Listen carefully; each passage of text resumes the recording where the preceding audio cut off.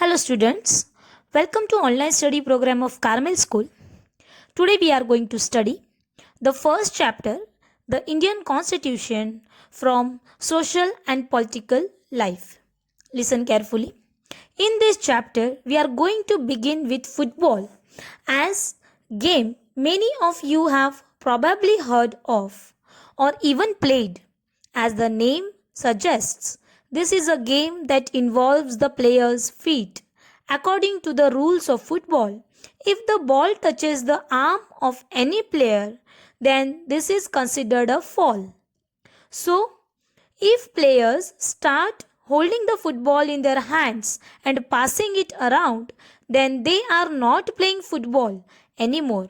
Similarly, other games such as hockey or cricket also have rules according to which they are played. Each of these rules helps define the game and help us distinguish one game from another. As these are fundamental to the game, we can also call them the constitutive rules of the game. Like this game, a society also has constitutive rules that make it what it is and differentiate it from other kinds of societies. In large societies in which different communities of people live together, these rules are formulated through consensus. And in modern countries, this consensus is usually available in written form. A written document in which we find such rules is called a constitution. तो इस chapter में हम football के खेल से अगर शुरुआत करें, उसकी अगर हम बात करें, तो आप में से ज़्यादातर बच्चों ने इस खेल के बारे में सुना होगा, बहुतों ने तो खेला भी होगा। तो जैसा कि इसके नाम से ही अंदाज़ा हो जाता है कि ये खेल पैरों से संबंधित है। फुटबॉल का एक नियम है कि गोलकीपर के अलावा और कोई खिलाड़ी गेंद को हाथ से या बाह से नहीं छू सकता। अगर किसी खिलाड़ी की बाह गेंद को छू जाती है तो इसे फाउल या गलत माना जाता है। कहने का मतलब ये है कि अगर खिलाड़ी फुटबॉल को हाथ में लेकर एक दूसरे को थमाने लगे तो उस खेल को फुटबॉल नहीं माना जाएगा। इसी तरह हॉकी या क्रिकेट, इन खेलों के भी कुछ नियम होते हैं। इन नियमों से खेल को पहचानने और अलग अलग खेलों के बीच फर्क करने में मदद मिलती है। इन खेलों की तरह हर समाज के भी कुछ नियम होते हैं जिसको हम कहते हैं कॉन्स्टिट्यूटिव रूल्स। उन्हीं से समाज का स्वरूप तय होता है और अलग अलग समाजों के बीच फर्क भी पता चलता है। बड़े समाजों में कई अलग अलग समुदाय एक साथ रहते हैं। वहाँ नियमों को आम सहमति के जरिए तय किया जाता है।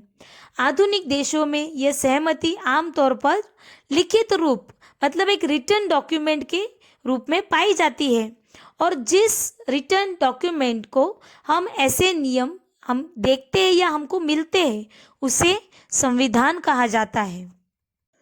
We have looked at the Indian Constitution in classes 6 and 7 in our social and political life textbooks.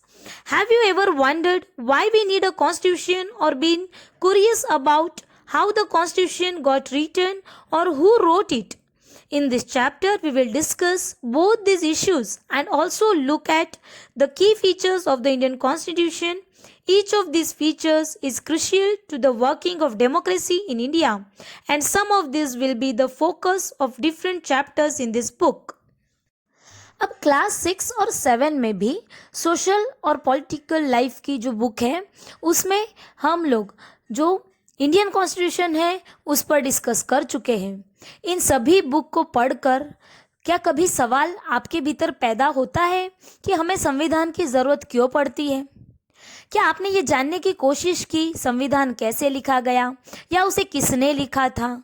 इस चैप्टर में हम इन्हीं मुद्दों पर, पॉइंट्स पर चर्चा करेंगे और इंडियन कॉन्स्टिट्यूशन की जो बातें हैं, इम्पॉर्टेंट बातें हैं, उन पर ध्यान देंगे और ये बातें इंडियन डेमोक्रेसी के लिए बहुत ही इम्पॉर्टेंट है।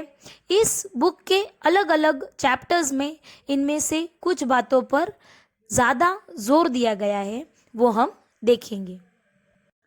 Now, why does a country need a constitution?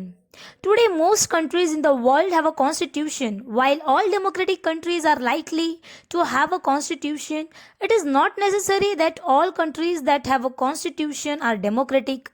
The constitution serves several purposes. First, it lays out certain ideals that form the basis of the kind of country that we as citizens aspire to live in. Or put another way, a constitution tells us what the fundamental nature of our society is. A country is usually made up of different communities of people who share certain beliefs but may not necessarily agree on all issues. A constitution helps serve a set of rules and principles that all persons in a country can agree upon as the basis of the way in which they want the country to be governed. This includes not only the type of government but also an agreement on certain ideals that they all believe the country should uphold. तो आज दुनिया के ज़्यादातर देशों के पास अपना constitution है, यानी संविधान है। आमतौर पर सभी डेमोक्रेटिक कंट्रीज़ के बारे में हम उम्मीद की जा सकती है कि उनके पास संविधान ज़रूर होगा, लेकिन इसका ये मतलब नहीं है कि जिन देशों के पास अपने संविधान होते हैं वो सभी डेमोक्रेटिकल है। संविधान कई उद्देश्यों की पूर्ति करता है। पहला, ये जो एक डॉक्यूमेंट है उन आदर्शों को सूत्रबद्ध करता है जिनके आधार पर जो सिटीजन्स है वो अपने देश को अपनी इच्छा और सपनों के अनुसार रच सकते हैं। यानी संविधान ही बताता है कि हमारे समाज का जो स्वरूप है वो कैसा होगा।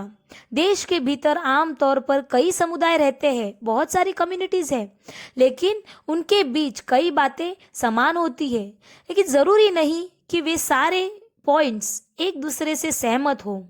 संविधान नियमों का एक ऐसा समूह है जिसको एक देश के सभी लोग अपने देश को चलाने की जो सिस्टम है, पद्धति है, उसके रूप में अपना सकते हैं। इसके ज़रिए वह न केवल तय करते हैं कि सरकार किस तरह होगी, बल्कि उन आदर्शों पर भी एक समझ विकसित करते हैं जिनकी हमेशा पूरे देश में रक्षा की जानी चाहिए। Let us try and understand what we mean by this through two contrasting situations in the recent history of Nepal, a country that borders India in the north. Until recently, Nepal was a monarchy. The previous constitution of Nepal, which had been adopted in 1990, reflected the fact that the final authority rested with the king.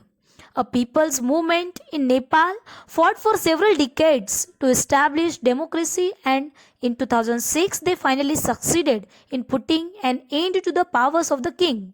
The people had to write a new constitution to establish Nepal as a democracy. The reason that they did not want to continue with the previous constitution is because it did not reflect the ideals of the country that they want Nepal to be and that they have fought for. अब इन बातों का क्या मतलब है ये समझने के लिए आइए दो बिल्कुल अलग अलग सिचुएशंस पर गौर करें। दोनों जो इंसिडेंट हैं, घटनाएं हैं, वो भारत के नॉर्थ बॉर्डर पर जो नेपाल देश है उसका इतिहास, उसकी एक घटना है। न्यूज़पेपर्स के माध्यम से ऊपर दी गई खबर में बताया गया कि नेपाल के लोगों ने हाल ही में एक संविधान को मंजूरी दी है। सवाल ये उठता है कि जब नेपाल में पहले से ही संविधान था तो उसे नए संविधान की ज़रूरत क्यों पड़ी? इसका कारण यह है कि कुछ समय पहले तक नेपाल एक राजतंत्र था, वहाँ राजा का शासन था। 1990 में बना नेपाल का जो पहले का संविधान इस सिद्धांत पर आधारित था कि शासन की सर्वोच्च सत्ता राजा के पास रहेगी। नेपाल के लोग कई दशकों तक लोकतंत्र की स्थापना के लिए जन आंदोलन करते रहे और इसी संघर्ष के फलस्वरूप 2006 में आखिरकार उन्हें राजा की सत्ता को खत्म करने में कामयाबी मिली और नेपाल अब एक लोकतंत्रात्मक देश है और लोकतंत्र के रास्ते पर चलना चाहते हैं और इसके लिए उन्हें एक नया संविधान चाहिए। वे पिछले संविधान को इसलिए नहीं अपनाना चाहते क्योंकि उसमें वे आदर्श नहीं है जो वे नेपाल के लिए चाहते हैं और जिनके लिए वे लड़ते रहे हैं। As in the game of football, in which a change in the constitutive rules will change the game altogether, Nepal, by moving from a monarchy to a democratic government, needs to change all its constitutive rules in order to usher in a new society. This is why the people of Nepal adopted a new constitution for the country in 2015. The caption alongside elaborates Nepal's struggle for democracy. तो जिस तरह football के खेल में नियम बदलते ही खेल बदल जाता है, उसी तरह नेपाल को भी राजतंत्र की जगह लोकतंत्र शासन व्यवस्था पर चलने के कारण अपने सारे नियम बदलने होंगे ताकि एक नए समाज की रचना की जा सके। और यही कारण है कि नेपाल के लोग अपने देश के लिए एक नया संविधान बना रहे हैं। ऊपर के पिक्चर के साथ दिए गए अंश में लोकतंत्र के लिए नेपाल के संघर्ष के बारे में बताया गया है। Then the second important purpose of a constitution is to define the nature of country's political system. For example, Nepal's earlier constitution stated that the countries was to be ruled by the king and his council of ministers. In countries that have adopted a democratic form of government or polity, the constitution plays a crucial role in laying out certain important guidelines that govern decision making within these societies. अब संविधान का दूसरा मुख्य उद्देश्य होता है देश की राजनीतिक व्यवस्था को तय करना। नेपाल के पुराने संविधान में कहा गया था कि नेपाल का शासन उसकी बागडोर राजा और मंत्री परिषद के हाथ में रहेगी। जिन देशों ने लोकतांत्रिक शासन पद्धति या राज्य व्यवस्था चुनी है, वहाँ जो डिसीजन मेकिंग है, निर्णय प्रक्रिया के नियम तय करने में संविधान बहुत अहम भूमिका अदा करता है। In a democracy, we choose our leaders so that they can exercise power responsibly on our behalf. However, there is always the possibility that these leaders might misuse their authority, and the Constitution usually provides safeguards against this. This misuse of authority can result in gross injustice as demonstrated in the classroom situation below. अब democracy में हम अपने नेता खुद चुनते हैं ताकि हमारी ओर से वे सत्ता की जिम्मेदारी के साथ इस्तेमाल कर सके। फिर भी इस बात की संभावना हमेशा रहती है कि ये नेता सत्ता का दुरुपयोग कर सकते हैं। इस तरह की विकृतियों से बचाव का उपाय संविधान में ही मिलता है। राजनेताओं द्वारा सत्ता के इस दुरुपयोग से लोगों के साथ भारी अन्याय हो सकता है। इसका एक एग्जाम्पल नीचे जो कुछ पिक्चर दिए हैं उसमें देखा जा सकता है। See, Suresh is the class monitor, he is a bully, his classmates are not too fond of him. Mrs. Rao, the class teacher, has to leave the classroom on some urgent work. She asks Suresh to mind the class. Suresh starts picking on Anil. अब सुरेश जो है वो class का monitor है। वो बहुत ही दबंग किस्म का लड़का है। उनके जो क्लासमेट्स है वो भी उसको पसंद नहीं करते। जब क्लास टीचर मिसेस राव अचानक किसी काम से बाहर जाना चाहती है तो वो सुरेश को ये जिम्मेदारी देकर जाती है कि वो क्लास का ख्याल रखे और सुरेश मौके का फायदा उठाकर अनिल को तंग करने लगता है। Anil, today I am going to report you to Mrs Rao. तो सुरेश कहता है, अनिल, आज मैं मैडम को तुम्हारी शिकायत करने वाला हूँ। Then, but what have I done? तो अनिल कहता है, बट मैंने किया क्या है? When Mrs. Rao returns to the class, तो जैसे ही मिसेस राव क्लास में फिर से लौटती है, ma'am, while you were away, Anil kept talking loudly and disturbing the class. He would not listen to me. तो सुरेश मैडम से कहता है कि मैम, जब आप बाहर गए थे तो सुरेश जोर जोर से चिल्लाकर सबको परेशान कर रहा था और उसने मेरी भी सुनी नहीं, मुझे भी वो सुन नहीं रहा था। Then Anil, you will have to stay back after school today and write. I will not disobey the class monitor 100 times. तो मैडम अनिल से कहती है कि अनिल, स्कूल के बाद भी तुम्हें यही रहना पड़ेगा और तुम्हें 100 बार लिखना पड़ेगा कि मैं मॉनिटर को कभी भी तंग नहीं करूँगा। But ma'am I did not do anything. लेकिन मैडम मैंने तो कुछ भी नहीं किया, ऐसा अनिल कहता है। In democratic societies, the Constitution often lays down rules that guard against the misuse of authority by our political leaders. In the case of the Indian Constitution, about which you will read more later in this chapter, many of these laws are contained in the section on fundamental rights. Do you recall the chapter on the Dalit writer Om Prakash Valmiki's experience in school from your class 7th book? In this chapter, we talked about the discrimination Om Prakash faced because he was a Dalit. You read about how the Indian Constitution guarantees the right to equality to all persons and says that no citizen can be discriminated against on ground of religion, race, caste, gender and place of birth.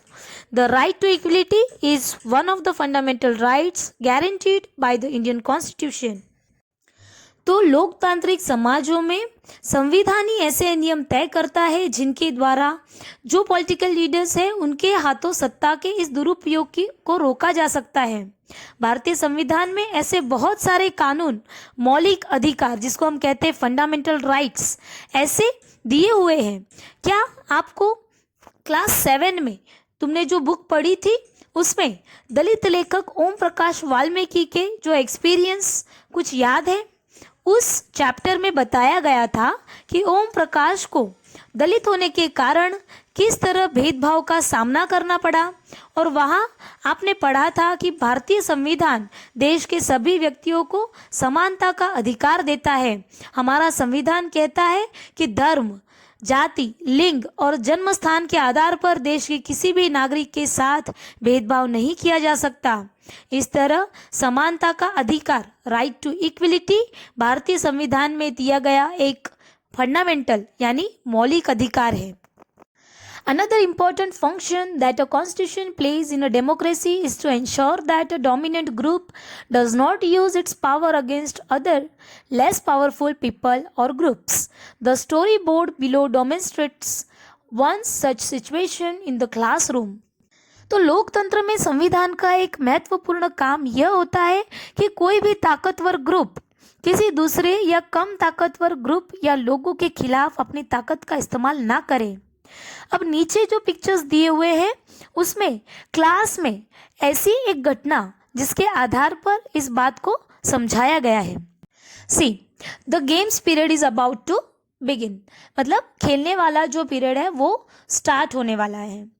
तो girls कहती है let's play basketball today for a change. तो आज एक अलग game खेलते हैं जैसे बास्केटबॉल। तो बॉयज़ कहते हैं no we will play cricket, नहीं हम तो क्रिकेट ही खेलेंगे। We always have to do what the boys want because they are in a majority. हम लोग हमेशा वही खेलें जो लड़के चाहते हैं क्योंकि वो संख्या में हमसे ज़्यादा है। Ma'am should think of another way to make decision so that our wishes are also heard. तो लड़कियां कहती हैं मैडम को फैसला लेने का कोई और तरीका सोचना चाहिए ताकि हमारी इच्छा का भी गौर किया जाए। The teacher decides to settle the problem with a show of hands. तो जो शिक्षक होते हैं वो इस विवाद को हल करने के लिए दोनों वर्ग को, मतलब दोनों ग्रुप्स को हाथ उठाकर अपनी राय बताने के लिए कहते हैं। अब उसमें क्या होता है, बॉयज जीत जाते हैं। हे वी हैव विन, तो वो बोलते हैं हम जीत गए। Obviously there are more boys in the class. तो ये तो होना ही था क्योंकि संख्या में जो लड़के हैं वो क्या है, ज़्यादा है। Such unhealthy situations can occur in democratic societies too, where a majority can continuously enforce decisions that exclude minorities and go against their interests. As the above storyboard illustrates, every society is prone to this tyranny of the majority. The Constitution usually contains rules that ensure that minorities are not excluded from anything that is routinely available to the majority. Another reason why we have a constitution is preciously to prevent this tyranny or domination by the majority of minority. This can refer to one community dominating another, inter-community domination, or members of one community dominating others within the same community, intra-community domination. अब इस तरह के हालात लोकतांत्रिक समाजों में भी पैदा हो सकते हैं, जहां बहुमत वाला ग्रुप लगातार ऐसे फैसले लागू करता रहता है जिनमें माइनॉरिटीज की सहमति नहीं होती, उनका नुकसान होता है। तो संविधान में दिए गए नियमों से इस बात का ख्याल रखा जा सकता है कि जो माइनॉरिटीज है वो किसी भी ऐसी चीज से वंचित न किया जाए जो मेजोरिटी के लिए सामान्य रूप से उपलब्ध होते हैं, और माइनॉरिटीज पे मेजोरिटीज का कभी भी दबाव नहीं होना चाहिए। और उसके अलावा ये जो दबाव होता है ये किसी भी एक ग्रुप द्वारा दूसरे ग्रुप पर हो सकता है, और जिसे इंटर कम्युनिटी कहते हैं, या फिर एक ही ग्रुप के भीतर कुछ लोग दूसरों को दबा सकते हैं, जिसे इंट्रा कम्युनिटी कहते हैं। Then the third significant reason why we need a constitution is to save us from ourselves. This may sound strange, but what is meant by this is that we might at times feel strongly about an issues that might go against our larger interest, and the constitution help us guard against this. Look at the storyboard below to understand this better. तो संविधान क्यों होना चाहिए? इसका तीसरा महत्वपूर्ण कारण यह है कि हम खुद को अपने आप से बचा सकें। ये बात सुनने में ज़रा अजीब लगती है, लेकिन असल में इसका मतलब यह है कि कई बार हम किसी मुद्दे पर बहुत तीखे ढंग से सोचने लगते हैं। ऐसे विचार हमारे व्यापक हितों के लिए नुकसानदायक हो सकते हैं। संविधान में हमें ऐसी भावनाओं से बचाने में बहुत मदद मिलती है, और इसे समझने के लिए नीचे जो पिक्चर दिए हुए हैं उसको देखिए। Shabnam is in a fix, she has a decision to make. अब शबनम जो है वो दुविधा में है, उसे कुछ तय करना है। I have 2 chapters left to revise for tomorrow's test, but it's time for my favorite TV program. I am dying to watch it, but if I do that, I won't have time to finish my revision. तो शबनम कहती है कल जो exam है उसके लिए मुझे 2 chapters को रिवाइज करना अभी बाकी है, लेकिन अब टाइम हो चुका है मेरे फेवरेट टीवी प्रोग्राम का, और वो देखे बिना मैं रह भी नहीं सकती। लेकिन अगर मैं उसको देखती हूँ तो मेरे पास टाइम ही नहीं बचेगा कि मैं रिवीजन कर पाऊँ। Shabnam, why are you looking so worried? तो शबनम की माँ कहती है, शबनम तू परेशान लग रही हो, क्या बात है? I want to watch this TV program, but I have a test tomorrow. If you all watch TV, I will also want to watch. I have an idea. What if no one watches TV tonight? Then I may not be tempted. तो शबनम कहती है मुझे वो TV programme देखना है, लेकिन कल मेरी एग्ज़ाम है। अगर आप टीवी देखोगे तो मेरा भी मन करेगा कि मैं भी टीवी देखूं। लेकिन एक बात हो सकती है, अगर आप कोई भी आज रात को टीवी ना देखे तो मेरा भी मन नहीं करेगा कि मैं टीवी देखूं, और मैं रिवाइज कर सकती हूँ। Then it is a good thing I did not watch TV, there are so many questions from the last 2 chapters. तो जब वो शबनम एग्ज़ाम देने जाती है तब वो सोचती है अच्छा हुआ मैंने कल टीवी नहीं देखा, और जो लास्ट 2 चैप्टर रिवाइज करने बाकी थे उसमें से कितने सारे क्वेश्चंस आ गए। Similarly, the Constitution helps to protect us against certain decisions that we might take that could have an adverse effect on the larger principles that the country believes in. For example, it is possible that many people who live in a democracy might come to strongly feel that party politics has become so acrimonious that we need a strong dictator to set this right. Swept by this emotion, they may not realize that in the long run, dictatorial rule goes against all their interests. A good constitution does not allow these whims to change its basic structure. It does not allow for the easy overthrow of provision that guarantee rights of citizens and protect their freedom. From the above discussion, you will understand that the Constitution plays a very important role in democratic societies. तो संविधान हमें ऐसे फैसले लेने से भी रोकता है जिनसे उन बड़े सिद्धांतों को ठेस पहुंच सकती है जिनसे देश आस्था रखता है। एग्जाम्पल के तौर पर हो सकता है कि लोकतंत्र को मानने वाले ज़्यादातर लोग गंभीरता से महसूस करने लगे कि पार्टी पॉलिटिक्स बहुत ही खराब हो चुकी है और इसलिए अब चीज़ों को सही करने से उसके लिए किसी तानाशाही को यानी मोनार्ची को ही शासन सौंप देना चाहिए या फौजी शासन मतलब जो मिलिट्री ग्रुप होता है वो हो जाना चाहिए। तो इस भावना में बहकर लोग बहुत बार इस बात को महसूस नहीं कर पाएंगे कि लंबे दौर में तानाशाही शासन तो उनके सारे हितों को तहस नहस कर देगा। एक ऐसा और अच्छा संविधान देश की बुनियादी जो रचना होती है उसको इस तरह से बचाता है। यह ऐसे प्रावधानों को आसानी से पलटने नहीं देता जिनके जरिए सिटीजन्स को उनके अधिकारों का आश्वासन मिलता है और उनकी आज़ादी की भी रक्षा होती है। अब ये जो डिस्कशन हम लोगों ने देखा इससे आप समझ जाएंगे कि संविधान किसी भी डेमोक्रेसी यानी लोकतांत्रिक समाज में कितना महत्वपूर्ण अपना रोल निभाता है। Okay, now we will see the remaining explanation in second part. Thank you.